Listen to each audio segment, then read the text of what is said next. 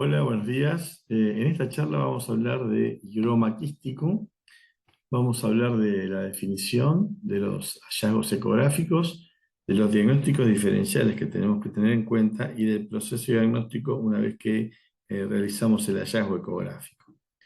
No es una condición única, el higroma quístico es una descripción ecográfica, más bien es una masa quística que generalmente se ubica, detectable en el primer trimestre, que se ubica en la parte de la nuca del feto, en la región posterior y lateral del cuello, y que está caracterizada por la presencia claramente visible de múltiples septos o tabiques en su interior.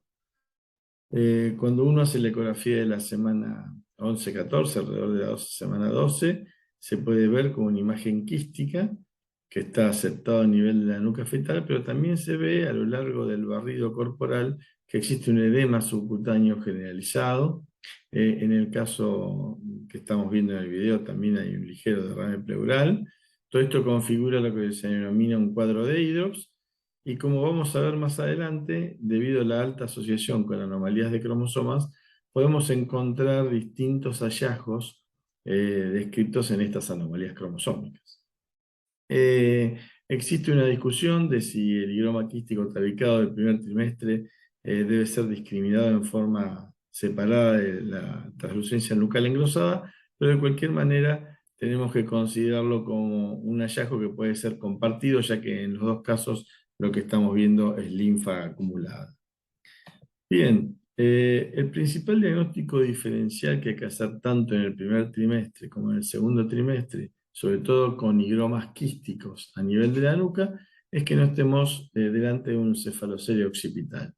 La gran diferencia es que en el higroma quístico la calota está indemne, hay que tener cuidado de revisar bien, sobre todo la parte posterior, y lo que se ve afuera es totalmente edema subcutáneo separado por tabiques. Mientras que en el cefalocelio occipital podemos ver parte de la masa encefálica protruyendo a través de un defecto de la calota. Lo que puede ocurrir es que muchas veces no haya salida de estructuras sólidas, sino que haya salida de meninges y el líquido cefalorraquídeo se pueda confundir con el higroma que en realidad es linfa. Bien, además de los higromas del primer trimestre, en la nuca uno puede encontrarse con higromas en el cuello, higromas en el tronco o en cualquier parte del cuerpo. En realidad lo que tienen en común que son linfangiomas. Fíjense en la cara de este feto, se puede ver que en la mejilla, por debajo de la órbita, ahí se ve la órbita, se ve una acumulación de líquido, ahí podemos ver la nariz y la boca, y lo que tenía el feto era un linfangioma en la mejilla. En el dibujo de la izquierda vemos un linfangioma que está tomando el tronco y un miembro y parte del cuello, y estos linfangiomas asimétricos, que pueden ubicarse también en la nuca, no son como los higromas quísticos que son simétricos y en la parte posterior. Acá vemos un linfangioma de cuello y tronco, un gran linfangioma de tronco que abarcaba partes blandas del dorso, y en general acá tenemos un gran linfangioma de cuello totalmente asimétrico que se encontraba en el lado lateral derecho del cuello fetal. Estos higromas tienen una etiología diferente, es una obstrucción linfática localizada, que puede o no ser severa, pero digamos, lo más importante de todo es que al no ser simétricas y ubicadas en la parte posterior del cuello, no tienen la gran asociación con anomalías de cromosomas como vamos a ver ahora. Cuando uno ve esta imagen en primer trimestre, que es un gran edema subcutáneo generalizado con un higroma quístico a nivel nucal, lo que tenemos que saber es que más de 2/3, cerca del 70% de estos fetos tienen anomalías cromosómicas, y a la cabeza se encuentra la monosomía del X y en segundo lugar la trisomía 21. Obviamente también puede haber higromas en las trisomías 13, 18 y en las triploidías. Lo que ocurre es que hay un 70% de anomalías cromosómicas, en el resto de los casos el cariotipo va a ser normal. y tenemos que pensar que también hay trastornos de herencia mendeliana, o sea, mutaciones génicas, entre las cuales a la cabeza se encuentra el síndrome de Noonan. Se piensa que más del 10% de los casos en donde después de haber descartado anomalías de cromosomas nos quedan los fetos con cariotipo normal, corresponde al síndrome de Noonan. Pero también hay otros síndromes, como el síndrome de Roberts, coronaria de Lange, el síndrome de Angelman y muchas displasias esqueléticas que tienen higromas quísticos a nivel de la nuca.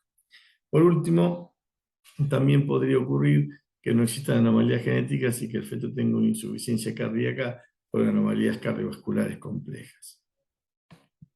Bien, entonces, ¿cuál es el manejo obstétrico después de detectar por ecografía en el primero o segundo trimestre un higroma quístico tabicado? Recordemos que el higroma quístico es un hallazgo ecográfico, no es el diagnóstico final, y una vez que uno hace la detección en la ecografía, ya sea de la semana 12 o la del segundo trimestre, hay que derivar al paciente para una ecografía especializada. Hay que tratar de hacer los diagnósticos diferenciales, como dijimos, de encefaloceles sobre todo, y de higromas o linfangiomas laterales en el resto del cuerpo, y hacer un asesoramiento genético inicial indicando un cariotipo. Lo más importante entonces es tomar un cariotipo prenatal. Si estamos en primer trimestre, se puede hacer un estudio de vellosidades coriónicas. Si estamos en segundo trimestre, una biopsia de placenta o una amniocentesis. Y en ocasiones, el higroma quístico es tan grande y ha crecido tanto que ocupa la totalidad de la cavidad amniótica y no hay líquido amniótico y no es accesible la placenta, también se puede hacer una punción del higroma y sacar líquido, porque eso es linfa, así que perfectamente se puede hacer un cariotipo.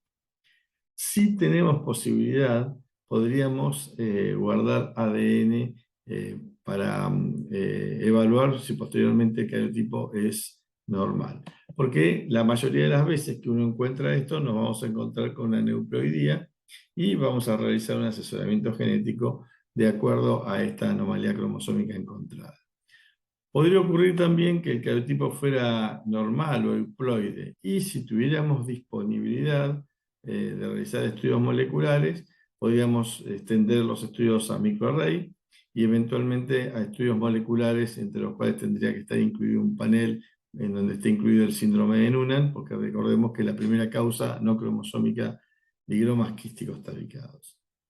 En el caso de que la evaluación molecular no esté disponible, o sea normal, lo que hay que hacer es un seguimiento por ecografía y eventualmente un ecocardiograma. Hay higromas quísticos que son realmente pequeños, que tienen una buena evolución y que se van reabsorbiendo a lo largo de la edad gestacional, mientras que otros van progresando y terminan con una muerte intrauterina. Así que si todo fuera normal y no viéramos o no tuviéramos la disponibilidad de hacer estudios moleculares, el seguimiento ecográfico sería lo indicado. En resumen, el higroma quístico es un hallazgo ecográfico. Se podría hacer una detección precoz, sobre todo en la ecografía de la semana 11-14. Hay que realizar diagnósticos diferenciales con higromas corporales, teratomas y obviamente con cefaloceles a nivel occipital, y la indicación formal de un cariotipo, ya que cerca de 2/3 de estos hallazgos corresponden a anomalías cromosómicas. Si tenemos disponibilidad y es posible, también extender los estudios a estudios moleculares o guardar ADN. Muchas gracias por su atención.